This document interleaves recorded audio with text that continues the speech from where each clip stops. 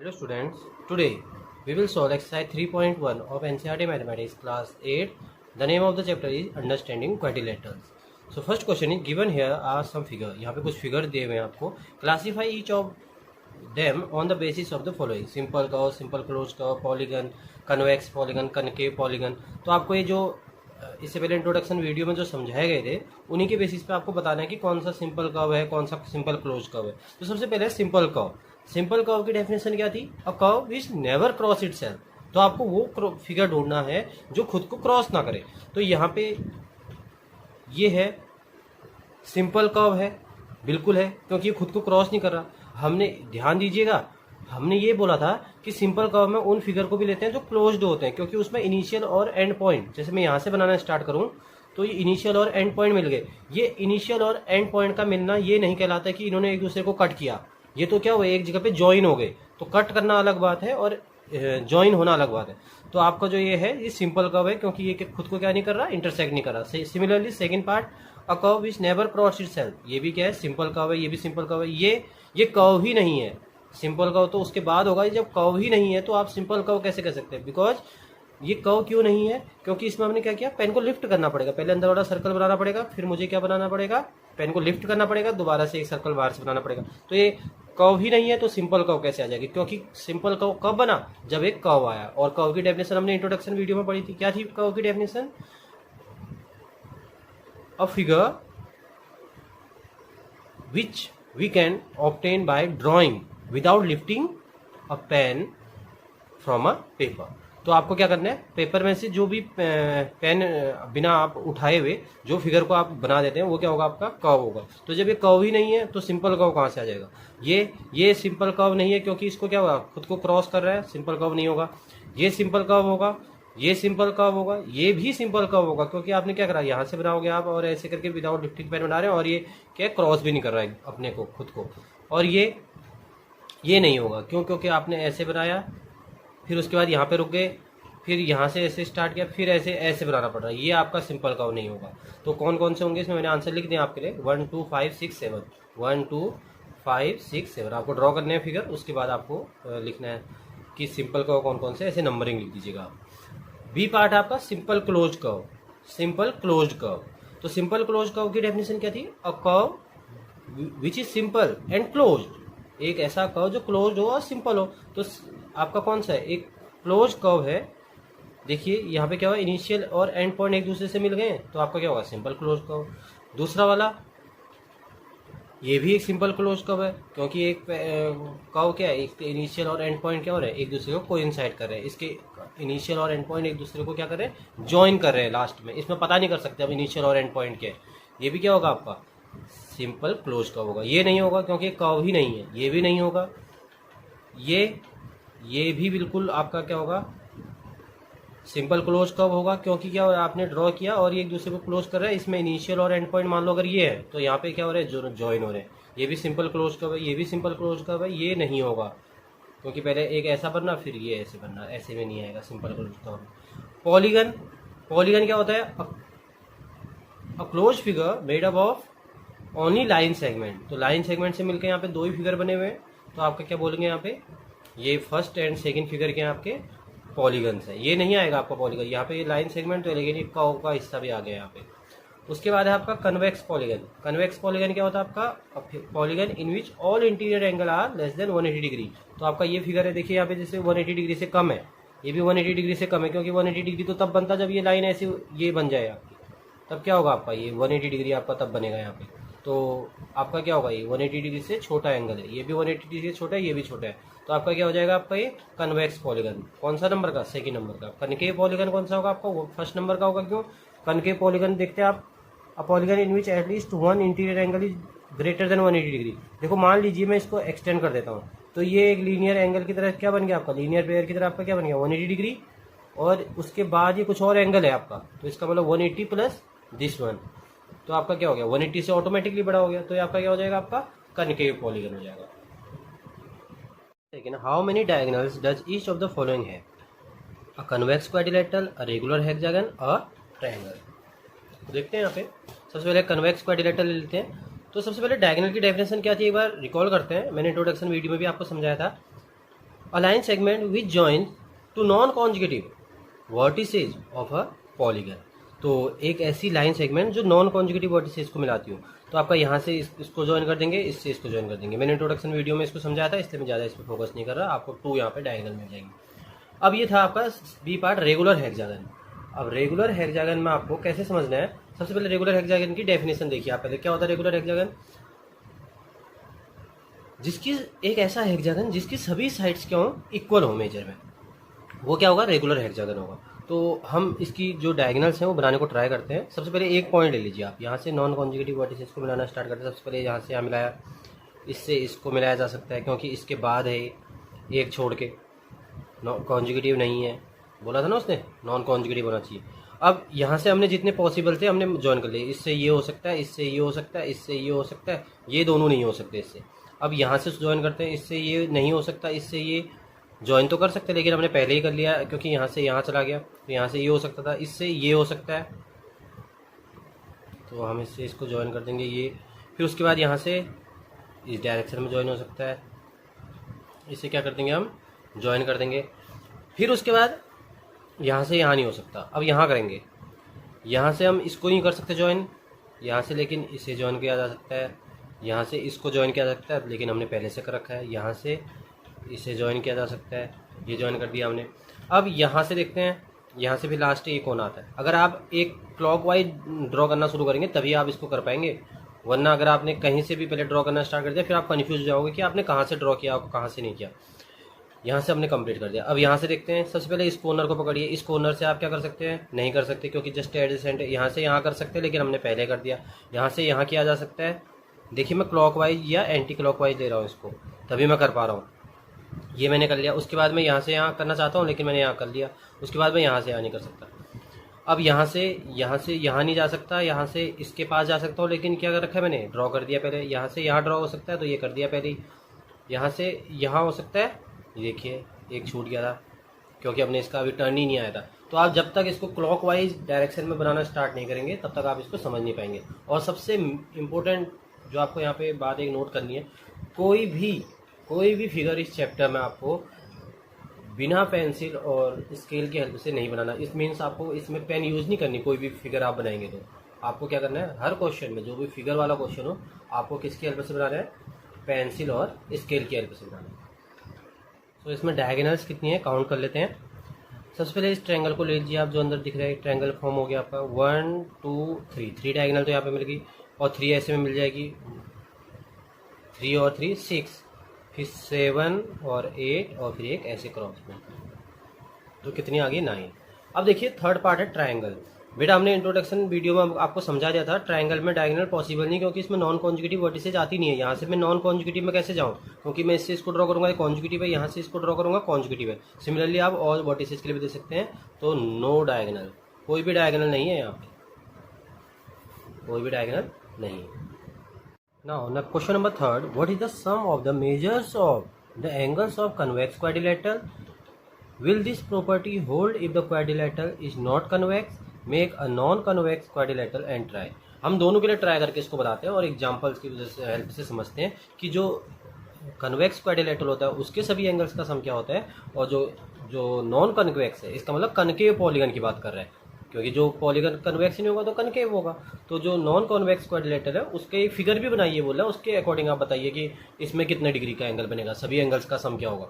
तो आपको तो मैंने समझा रखा था, एक फॉर्मूला बताया था आपको। क्या बताया था, जो कन्वेक्स होते हैं उनके लिए क्या बताया था, n-2 × 180। अब कनकेव का भी समझते हैं, इसमें ये फॉर्मूला अप्लाई होता है या नहीं होता है।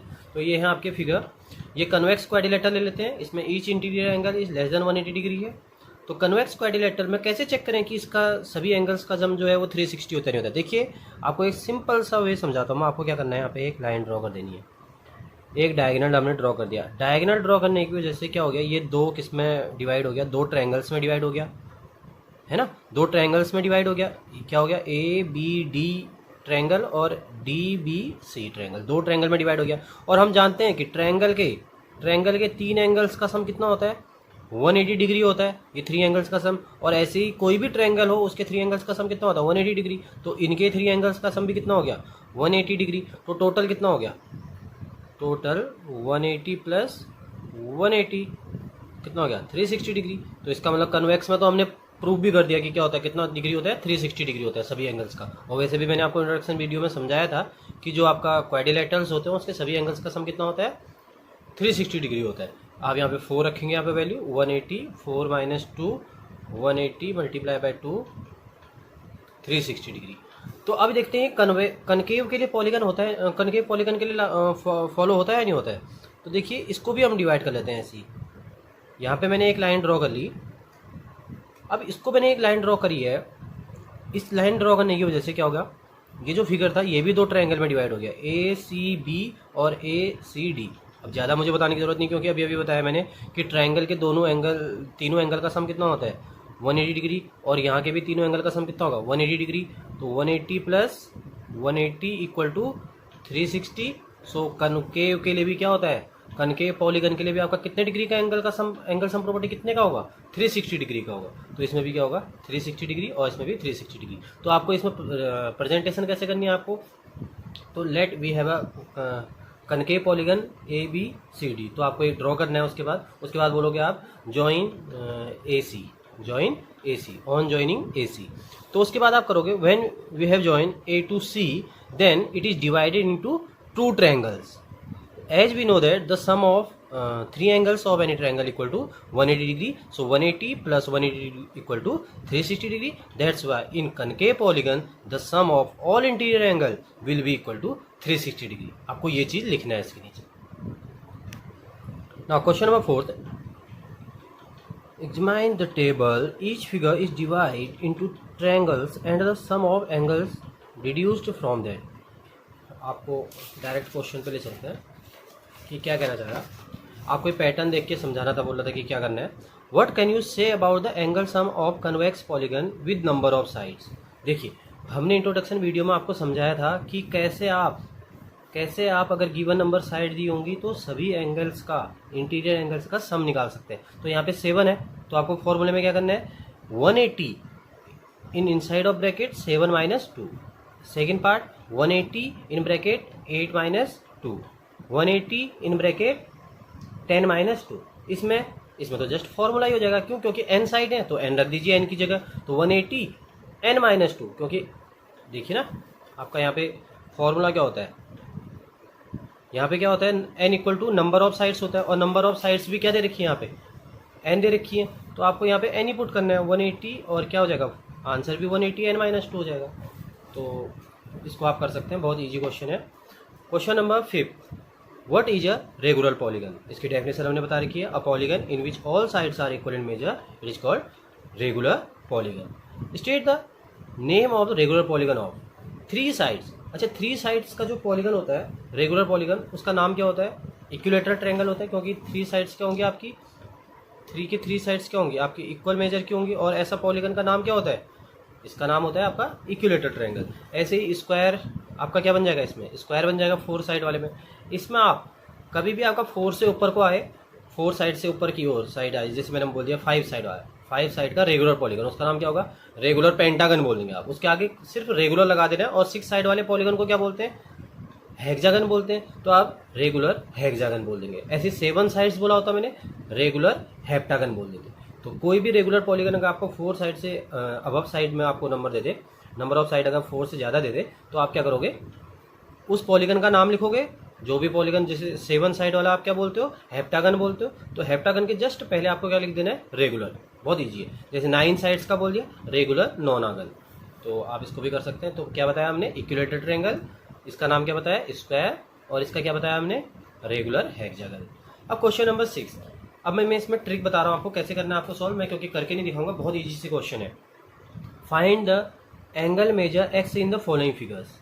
तो देखिए यहाँ पे एक एंगल दे रखा है 50, एक 130 डिग्री दे रखा है, एक 120 डिग्री दे रखा है, और एक एक्स दे रखा है।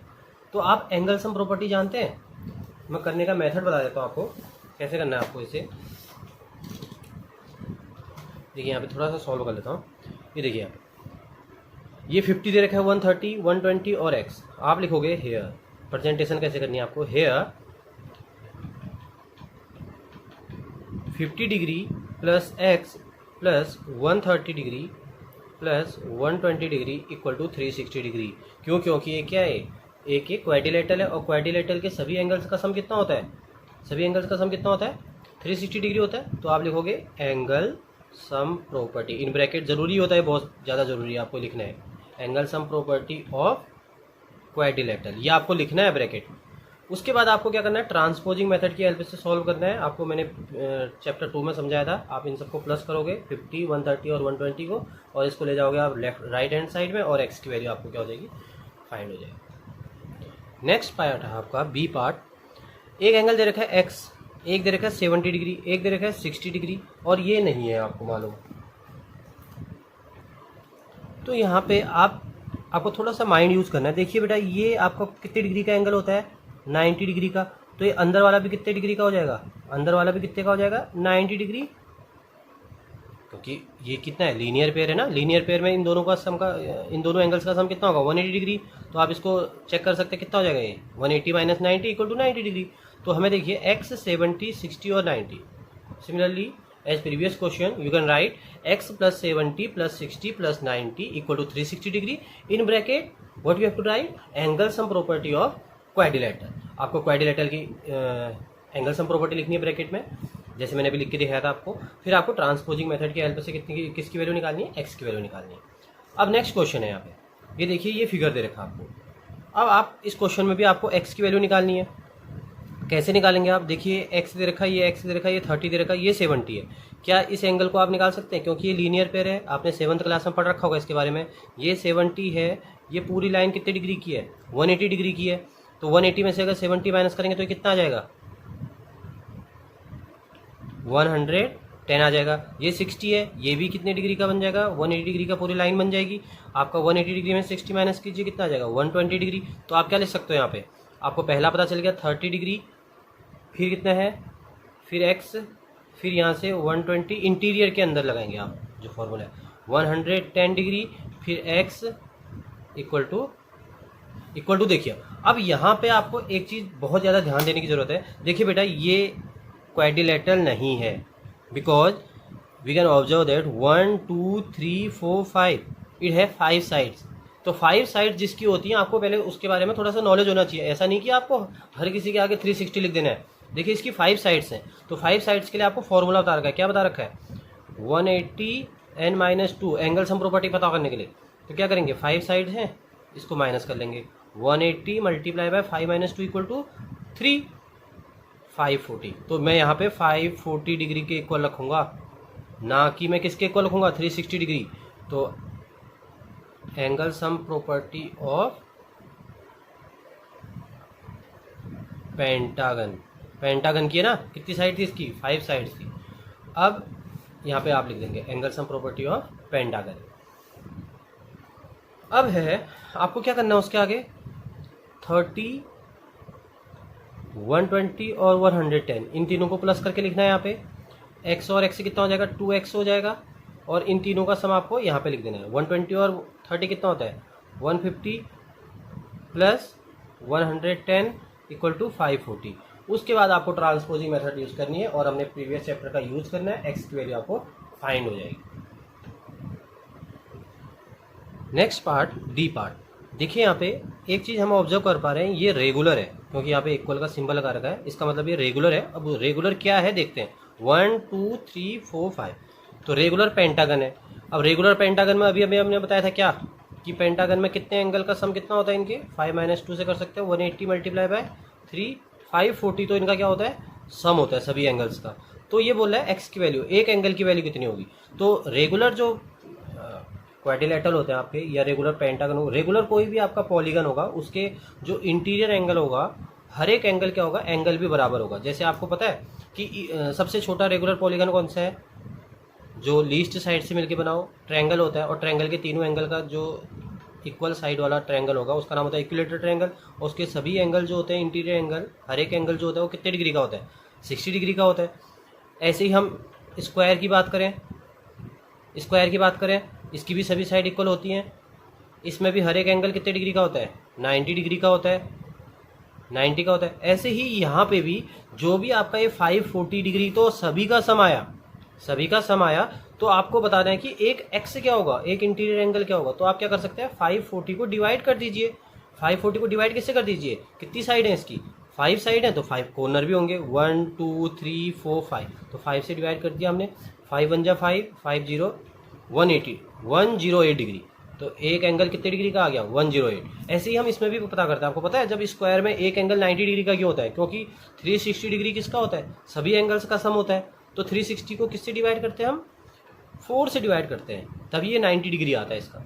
तो 90 + 90 + 90 + 90 तभी जाके कितना डिग्री बनाता है, टोटल 360 डिग्री बनाता है। तो कभी भी आपको कोई रेगुलर आपको दे रखा होगा कोई भी पॉलीगन, तो उसमें क्या करना है, आपको पहले एंगल सम निकाल लेना। उसका एंगल सम किसके हेल्प से निकालना है, n-2 × 180 डिग्री। तो उसके बाद आपको किससे डिवाइड कर देना है उसको, क्योंकि यहाँ पे एक एंगल निकालना है आपको, तो नंबर ऑफ साइड से आपको क्या कर देना है, डिवाइड कर देना है, आपका एक एंगल पता चल जाएगा। अब है 7th क्वेश्चन, यहाँ पे क्या, फाइंड x + y + z। देखिए बेटा आपको x + y + z की वैल्यू निकालनी है। देखिए थोड़ा सा आपको माइंड यूज करना है यहाँ पे। इस क्वेश्चन में यहाँ पे देखिए कितना डिग्री है, 90 डिग्री है। और ये आपको मैंने पहले भी बताया कि ये कौन सा लाइन है आपका, ये आपका लीनियर पेयर है, लीनियर पेयर बना रहे ना। तो ये जो एंगल है और ये जो एंगल है, इन दोनों का सम कितना होगा, इन दोनों का सम कितना होगा, 180 डिग्री होगा। उसमें से एक पता चल गया हमें 90 डिग्री है, तो दूसरा क्या होगा, दूसरा 180 - 90। तो दूसरा इसका मतलब कितना होगा, 180 - 90 कितना होता है, x कितना आ गया, मतलब आपका 90 डिग्री का आ गया। अब ऐसे ही ये कौन सी है आपका, ये भी एक लीनियर पेयर बन रहा है आपका।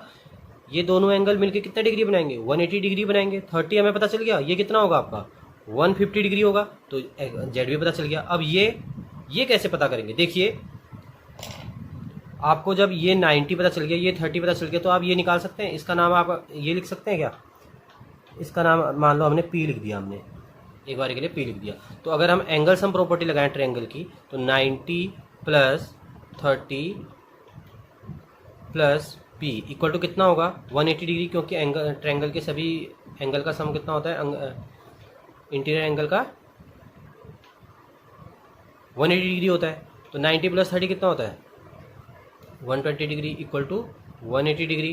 तो P = 180 - 120, सो P = कितना आ जाएगा, 60 डिग्री। अब हमें P पता चल गया 60 डिग्री है, तो ये भी पता चल गया। अब क्या आप y निकाल सकते हैं, बिल्कुल निकाल सकते हैं। जब 90 और 30 की हेल्प से हमने एक्सटीरियर निकाल दिए इनके एंगल, तो ये भी निकाला जा सकता है। क्यों, क्योंकि 60 और y कितना डिग्री का एंगल बनाएंगे, दोनों को अगर मिला दे तो कितने डिग्री का एंगल बनाएंगे, लीनियर पेयर बनाएंगे और 180 डिग्री का एंगल बनाएंगे। तो आप 180 में से 60 को माइनस कर दीजिए, तो कितना आएगा, ये 120 डिग्री आ जाएगा, ये 120 डिग्री आ जाएगा। तो आप क्या करोगे, आपको x भी पता चल गया, y भी पता चल गया और z भी पता चल गया।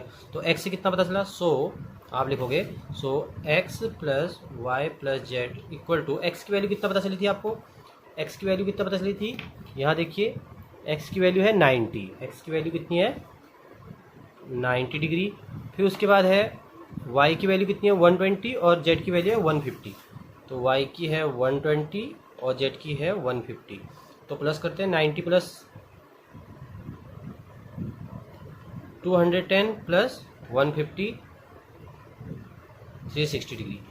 देखिए बेटा आप जब हम 3.2 एक्सरसाइज करेंगे, वहाँ पे हम एक प्रॉपर्टी और समझाएंगे आपको कि एक्चुअली एंगल का सम 360 डिग्री होता है। लेकिन हम अभी जस्ट इसको सॉल्व करके देखते हैं, तभी मैंने आपको ये एक्सप्लेन नहीं किया। और मैं इसको 3.2 में आपको बताऊंगा, 360 ही आएगा आपका हमेशा, कभी भी आप बाहर जब भी सम करोगे। लेकिन आपको डायरेक्ट 360 नहीं लिखना है, आपको ये प्रोसीजर फॉलो करना है। कैसे, पहले बाहर के एंगल निकालने हैं, इसकी हेल्प से, लीनियर पेयर की हेल्प से, लीनियर पेयर की हेल्प से इसको निकालोगे। इसको आप किससे निकालोगे, एंगल सम प्रॉपर्टी से पहले अंदर वाला निकाल लीजिए, फिर उसके बाद क्या लो, 60 + y करके 180 डिग्री के इक्वल लिख लो। उसके बाद आप क्या करोगे, इसको ये वाला P वाला एंगल निकल जाएगा आपका 60, फिर 60 और y को प्लस करोगे आप, और इसको किसके इक्वल रखोगे, 180 के, क्योंकि लीनियर पेयर बना रहे हो। 180 में से 60 माइनस करोगे कितना निकलेगा, 120। तो 120 + 90 + 150 किसके इक्वल हो जाएगा, 360 डिग्री के इक्वल हो जाएगा। अच्छा ठीक है, अब लास्ट पार्ट जो आपका है ये देखते हैं। इसमें भी हमें देखिए x + y + z + w निकालना है। तो देखते हैं, जो हमारा डायरेक्ट निकल जा रहा है पहले उसको निकाल लेते हैं। देखिए आप क्या 80 डिग्री निकाल रखा है, तो आप क्या y निकाल सकते हैं, बिल्कुल निकाल सकते हैं। आपको रिप्रेजेंटेशन कैसे करना है, अच्छा देखिए यहाँ पे लिखोगे हेयर 80 + y = 180 डिग्री। तो आपको लिखना है लीनियर पेयर, लीनियर पेयर, ऐसे ब्रैकेट में लिखना भी आपको, लीनियर पेयर। उसके बाद y = कितना निकल आएगा, 180 डिग्री माइनस 80 कितना आ जाएगा, 100 डिग्री। तो y तो निकल गया, मैं बस इसको ध्यान में रखना आपको, y हमने निकाल दिया, मैं यहाँ पे लिख दे रहा हूँ आपके लिए। 100 डिग्री निकाल दिया। ऐसे ही मैं अब इसको सॉल्व नहीं कर रहा, आपको यहाँ पे लिख के दिखाना है ऐसे। कैसे? 60 plus z equal to 180 degree, linear pair in bracket. So 180 minus 60 equal to 120, ये भी निकाल दिया हमने। ये 120 इंटीरियर है, आपको एक्सटीरियर निकालना है, ये लीनियर पेयर है। तो 180 माइनस 120 60 डिग्री, तो हमने 120 100 और ये तो निकाल दिया। अब ये W कैसे निकालना है, क्योंकि यहाँ पे लीनियर पेयर तो बन नहीं रहा। तो हम ये कर सकते हैं कि यहाँ पे ये देखिए 60 प्लस 80 प्लस 120 प्लस इसको क्या मान लेते हैं, इसको P मान लेते हैं, क्योंकि ये क्या है, एक आपको कितनी साइड दे रही है, 1 2 3 4, और 4 साइड वाले जो पॉलीगन होता है उसको क्या बोलते हैं हम, क्वाड्रिलेटरल बोलते हैं। तो क्वाड्रिलेटरल की एंगल सम प्रॉपर्टी का अगर हम फॉलो करें तो हम ये P निकाल सकते हैं। कैसे? P प्लस 60, ये P plus interior 60 plus 80 plus 120 equal to 360। इसको लिखेंगे आप angle sum property of quadrilateral की एंगल सम प्रॉपर्टी ना, सभी एंगल्स का सम कितना होता है, 360 डिग्री होता है। तो अब आपका P निकल सकता है। कैसे? इन दोनों को आप प्लस कर लीजिए, 120 और या इनको कर लीजिए पहले, 120 प्लस 80 कितना होता है, 200 और 60 कितना हो जाएगा, 260 इक्वल टू 360 डिग्री। तो P इक्वल टू कितना आ जाएगा, 360 degree minus 260 degree. So P equal to 100 degree. So P हमें पता चल गया 100 डिग्री। अगर P अगर 100 डिग्री है तो W कितना होगा, तो क्या करेंगे आप, फिर से लीनियर पेयर की प्रॉपर्टी यूज करेंगे। क्या करोगे आप, आपको यहाँ पे लिखना है now W plus 100 equal to 180 degree in bracket linear pair. So W equal to 180 minus 100, so W equal to 80 degree. तो हमें सब सारे एंगल जो थे उनका मेजरमेंट हमें पता चल गया। अब हम क्या कर सकते हैं, x, so x plus y plus z plus W। तो x कितना था आपका, x था आपका 60 डिग्री, प्लस y हमने निकाल दिया यहाँ पे लीनियर पेयर के वजह से 100 डिग्री, z भी निकाल रखा है 120 डिग्री, और लास्ट वाला जो था आपका कितना, W कितना निकाला था हमने, 80 डिग्री। ये देखिए ध्यान रखना, पहले आपको ये लीनियर पेयर यूज़ करने से पहले इंटीरियर भी पता होना चाहिए, इसलिए हमने क्या करा, 100 डिग्री ये P एंगल फाइंड किया, इसको खुद से नेम दिया। आपको चाहे तो कोई भी नाम दे सकते हैं। तो उसके बाद क्या लिखोगे, ये कितना आ गया, 160 plus 120 plus 80, 200 plus 100 and 60 equal to 360 degree. तो देखिए बेटा फिर से यहाँ पे जो एक्सटीरियर एंगल था x plus y plus z plus W, इनका फिर से सम कितना है, 360 है। इसकी प्रॉपर्टी हम 3.2 में पढ़ेंगे। Thank you students.